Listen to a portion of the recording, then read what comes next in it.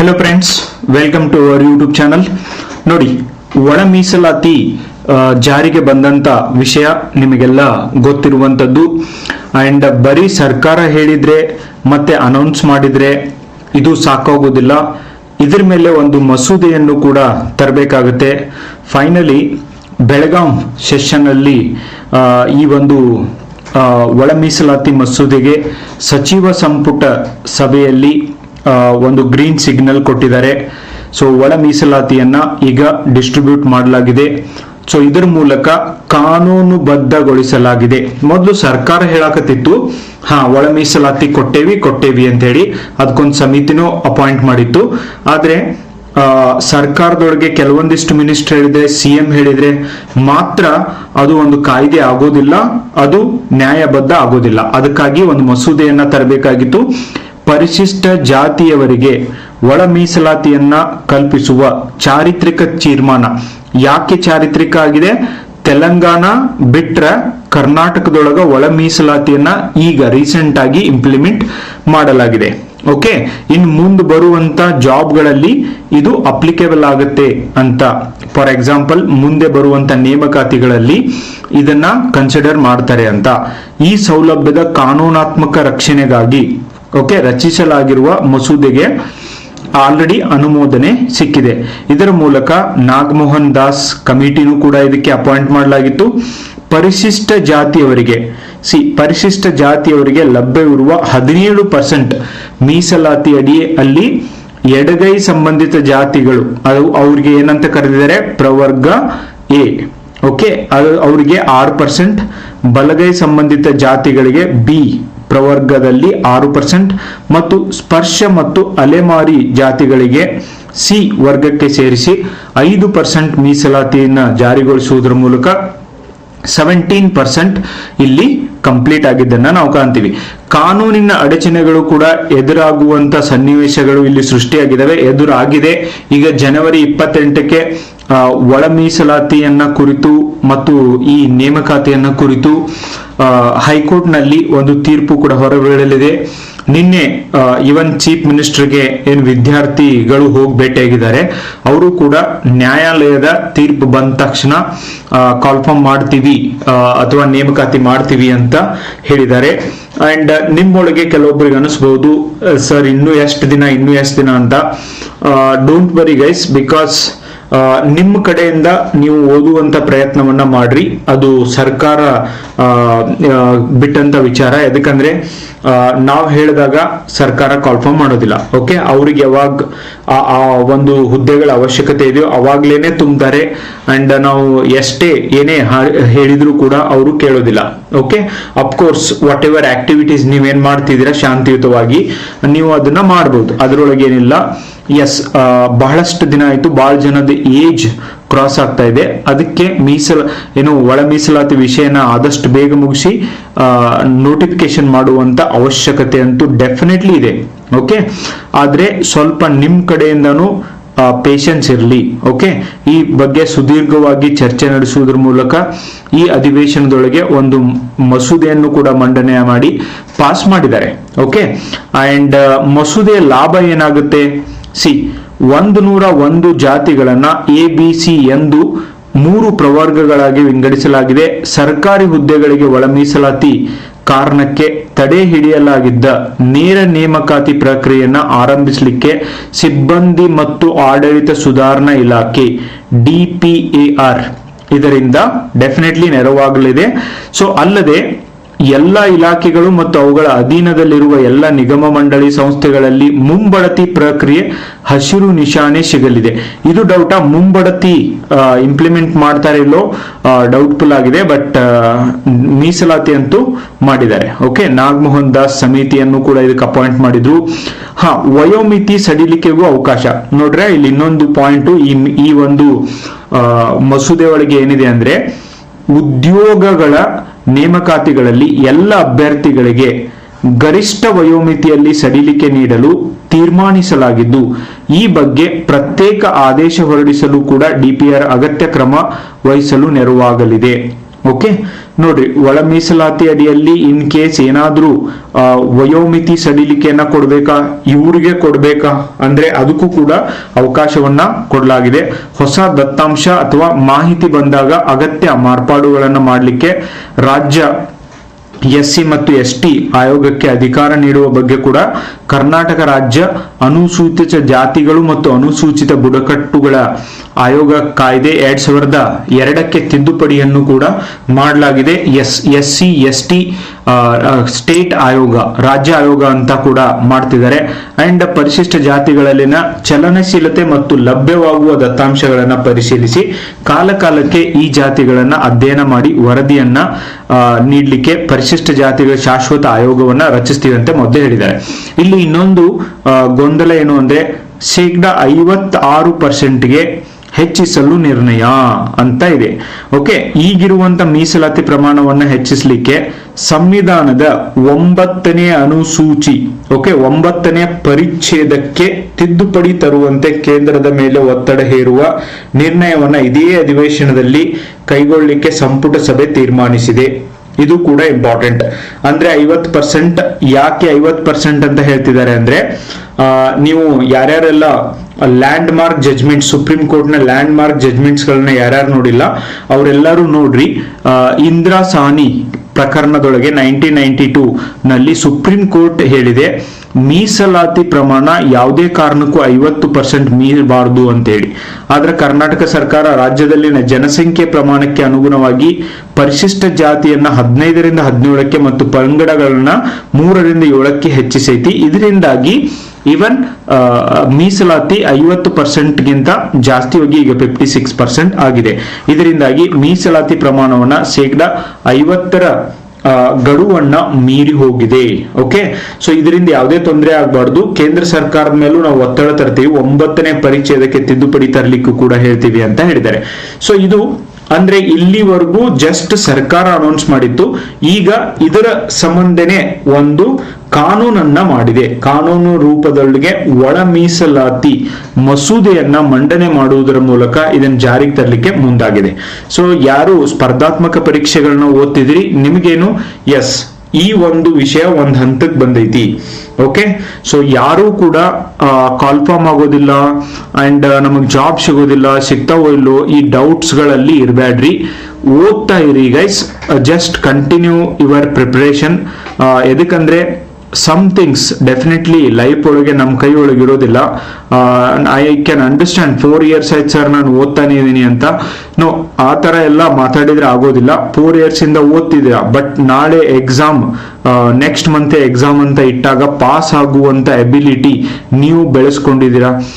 Question paper pattern ಹೆಂಗ್ ಬರ್ತಾ ಇದೆ ಅಂತ ಅನಲೈಸ್ ಮಾಡಿದೀರಾ ಅಂಡ್ ಕನ್ಸಿಸ್ಟೆಂಟ್ ಆಗಿ ಡೈಲಿ ಎಫರ್ಟ್ ಹಾಕ್ತಿದ್ದೀರಿ. ಎಲ್ಲಾನು ಕೂಡ ನೀವು ವಿಚಾರ ಮಾಡ್ರಿ. And question paper nature change ಆಗ್ತಾ ಇದೆ, ಅದ್ರ ಬಗ್ಗೆ ಜಾಸ್ತಿ ತಲೆ ಕೆಡಿಸ್ಕೊಳ್ರಿ. ಎಸ್, ಅಫ್ಕೋರ್ಸ್ ಜನವರಿ ಫೆಬ್ರವರಿ ನಿಮ್ಗೆ ಫೆಬ್ರವರಿ ಒಳಗೆ ಇವನ್ ಬಜೆಟ್ ಮಂಡನೆ ಆಗುತ್ತೆ. ಫೈನಾನ್ಷಿಯಲ್ ಅಪ್ರೂವಲ್ ಕೂಡ ಕೆಲವೊಂದಿಷ್ಟು ಜಾಬ್ಗಳಿಗೆ ಕೊಡ್ತೀವಿ, ಅದ್ರ ಮೂಲಕ ರಿಕ್ರೂಟ್ಮೆಂಟ್ ಪ್ರೊಸೆಸ್ನ ಕಂಟಿನ್ಯೂ ಮಾಡ್ತೀವಿ ಅಂತ ಕೂಡ ಹೇಳಿದ್ದಾರೆ. And it's always like election year, 1 year 2 year ಇದ್ದಾಗ ಅವ್ರು ಏನಾದ್ರು ರಿಕ್ರೂಟ್ಮೆಂಟ್ ಶುರು ಮಾಡಿದ್ರೆ ಡೆಫಿನೆಟ್ಲಿ ಕಂಟಿನ್ಯೂ ಮಾಡ್ತಾರೆ. So that's why my sincere request is don't get frustrate guys. ಆಮೇಲೆ ಸುಮ್ಮನೆ ಸುಳ್ಳ ಸುದ್ದಿನೂ ಕೂಡ ಹರಡುವಂತ ಅವಶ್ಯಕತೆ ಇಲ್ಲ. ಅಂಡ್ ಬೇಕಂದ್ರೆ ಸೀರಿಯಸ್ ಆಗಿ ಓದುವಂತ ವಿದ್ಯಾರ್ಥಿಗಳ ಮನಸ್ಥಿತಿ ಮೇಲೂ ಕೂಡ ಅದು ಪ್ರಭಾವ ಬೀರುತ್ತೆ. ಸೊ ಅದರಿಂದ ಬೆಟರ್ ವಿದ್ಯಾರ್ಥಿ ಜೀವನದೊಳಗೆ ನಿಮ್ಮ ಕೆಲಸ ಏನು ಅದರ ಮೇಲೆನೆ ನಿಮ್ಮ ಫೋಕಸ್ ಇರಲಿ, ಓದೋದು, ದಟ್ಸ್ ಇಟ್, ಜ್ಞಾನವನ್ನ ಗಳಿಸೋದು. ಓಕೆ, ಸೊ ಕಾಲ್ಫಾರ್ಮ್ ಎಸ್, ಕೆಲವೊಂದಿಷ್ಟು ಜನರ ಏಜ್ ಏನು ಬಾರ್ ಆಗ್ತಾ ಇದೆ ಅವ್ರಿಗೆ my sincere suggestion is okay, definitely ನೀವು ಭಾಳ ವರ್ಷ ವೇಟ್ ಮಾಡಿದ್ರೆ ಅದು ಎಲ್ಲ ಆಗಿದೆ. ಆದರೆ you can try to apply for other jobs. Okay, KPSC ಅವರು ಕರೆಯುವಂತ ಬೇರೆ ಹುದ್ದೆಗಳಿಗೆ ನೀವು ಟ್ರೈ ಮಾಡಬಹುದು. So it is not end up. Okay, ಇವತ್ತಿನ ಭಾರತದೊಳಗೆ ನಿಮ್ಗೆ ಸರ್ಕಾರಿ ಉದ್ಯೋಗನೇ ಸಿಗ್ಲಿಲ್ಲ ಅಂದ್ರೆ ಜೀವನ ಮುಗೀತು ಅಂತಲ್ಲ. ನೀವು ಇನ್ನೊಬ್ಬರಿಗೆ ಉದ್ಯೋಗ ಕೊಡುವಷ್ಟು ಕೆಪಾಸಿಟಿ ನಿಮ್ಮ ಹತ್ರ ಇರುತ್ತೆ. ಅದನ್ನ ನೀವು ರಿಯಲೈಸ್ ಮಾಡಬೇಕು ಗೈಸ್. ಉದ್ಯೋಗ ಕೇಳೋರು ಬಹಳ ಜನ ಇದ್ದಾರೆ, ಬಟ್ ನಾವು ಮಾಡುವಂತ ಕೆಲಸದಿಂದ 4 ಜನಕ್ಕೆ ಉದ್ಯೋಗ ಏನಾದ್ರೂ ಕೊಡಕ್ಕಾಗುತ್ತೆ ಅಂದ್ರೆ ಈ ದೇಶಕ್ಕೆ ನಿಜವಾಗ್ಲೂ ಅಂತವ್ರ ಅವಶ್ಯಕತೆ ಇದೆ. ಅಂಡ್ ಆ ನಿಟ್ಟಿನೊಳಗೆ ನೀವು ಕೂಡ ಒಂದ್ ಸ್ವಲ್ಪ ಪಾಸಿಟಿವ್ ವಿಚಾರ ಮಾಡ್ರಿ. And definitely what ever Bhagavad Gita ಒಳಗೆ ಏನ್ ಹೇಳಿದ್ದಾರೆ, ಏನಾಗಿದೆಯೋ ಅದು ಒಳ್ಳೇದಕ್ಕೆ ಆಗಿದೆ, ಏನ್ ಆಗ್ತಾ ಇದೆಯೋ ಅದು ಒಳ್ಳೇದಕ್ಕೆ ಆಗ್ತಾ ಇದೆ, ಏನ್ ಮುಂದಾಗೋದಿದೆಯೋ ಅದು ಒಳ್ಳೇದಕ್ಕೆ ಆಗೋದಿದೆ. And whatever it comes, ನಾಳೆ ಏನ್ ಬರುತ್ತೆ, ಇವತ್ತೇನಿತ್ತು ನಾಳೆ ಏನ್ ಬರುತ್ತೆ ಅದನ್ನ ನಾನು ಎದುರಿಸ್ಲಿಕ್ಕೆ ಸಿದ್ಧ ಅನ್ನುವಂತ ಮನಸ್ಥಿತಿ ನೀವು ಬೆಳೆಸ್ಕೊಂಡಿದ್ದೆ ಆದಲ್ಲಿ ಐ ಆಮ್ ಶೋರ್ ರಿಕ್ರೂಟ್ಮೆಂಟ್ಸ್ ಬರ್ತಾವೆ ಹೋಗ್ತವೆ. ಡೋಂಟ್ ಎವರ್ ಥಿಂಕ್ ದಟ್ ಸರ್ಕಾರಿ ಜಾಬ್ ಒಂದ್ ಸರ್ತಿ ತಗೊಂಡ್ಬಿಟ್ರೆ ಮುಗೀತು, ಲೈಫ್ ಸೆಟಲ್ ಆಯ್ತು, ಅದು ಆಯ್ತು ಇದು ಆಯ್ತು, ಹಂಗ್ ಮಾಡ್ಬೋದು ಹಿಂಗ್ ಮಾಡ್ಬೋದು ಅಂತ. ನೋ ಗೈಸ್, ಮೆನಿ ಟೈಮ್ಸ್ ಯಾರು ಆ ಕೆಲಸದೊಳಗಿದ್ದಾರೆ ಅವ್ರಕ್ಕಿಂತನೂ ಫ್ರಸ್ಟ್ರೇಟೆಡ್ ಇರುವವರು ಬೇರೆ ಯಾರು ಇಲ್ಲ. ಸೊ ಹಾಗೆಲ್ಲ ಅನ್ಕೊಳಂಗಿಲ್ಲ. ಇವನ್ ಸರ್ಕಾರಿ ಜಾಬ್ ಸಿಕ್ಕ ಮೇಲೂ ಕೂಡ ಜೀವನ ಎಲ್ಲಿ ಕರ್ಕೊಂಡು ಹೋಗುತ್ತೆ, ಆ ಜಾಬ್ ಹೆಂಗಿರುತ್ತೆ ಹಂಗೆ ನೀವು ವರ್ಕ್ ಮಾಡ್ಬೇಕಾಗತ್ತೆ ಹೊರತು ಸರ್ಕಾರಿ ಜಾಬ್ ಅದು ನಿಮ್ ಜಾಬ್ ಅಲ್ಲ.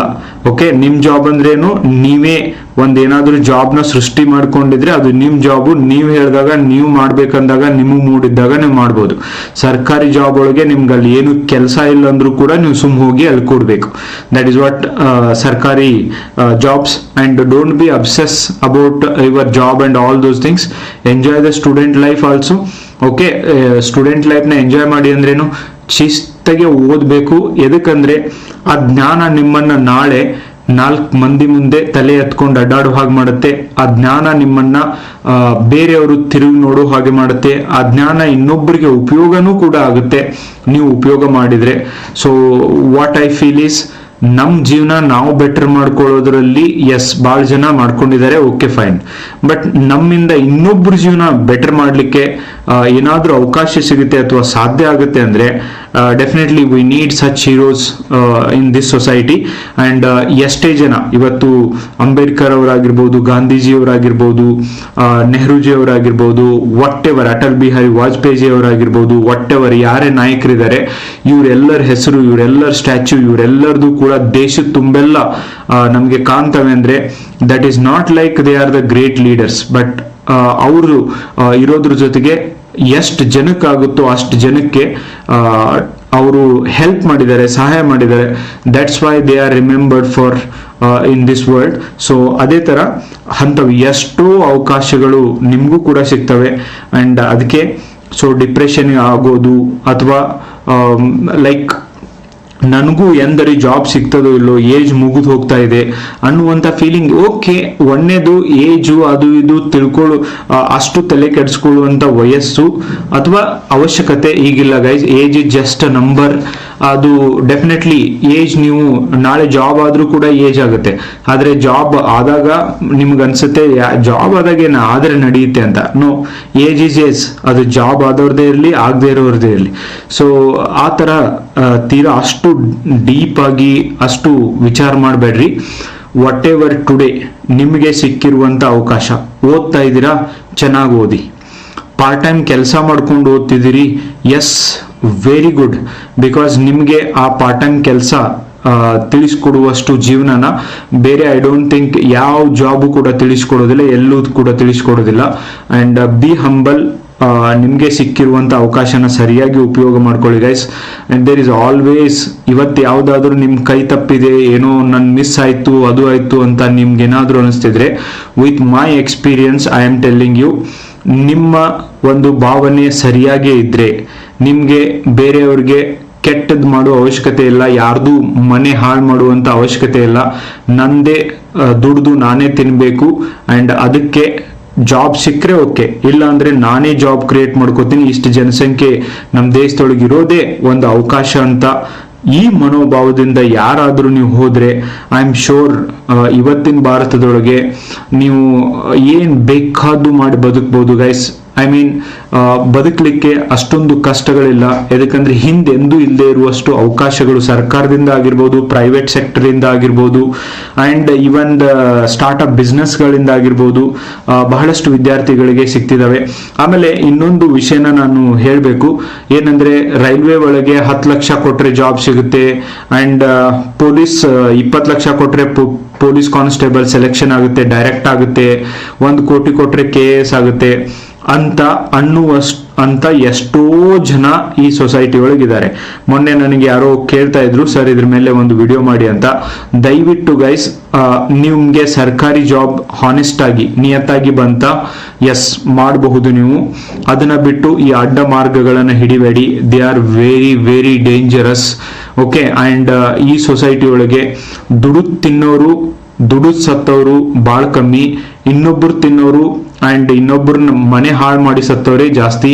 ಸೊ ಆದ್ರಿಂದ ದಯವಿಟ್ಟು ಅಂತ ಎಲ್ಲ ಕಿವಿಗುಡ್ಬೇಡ್ರಿ.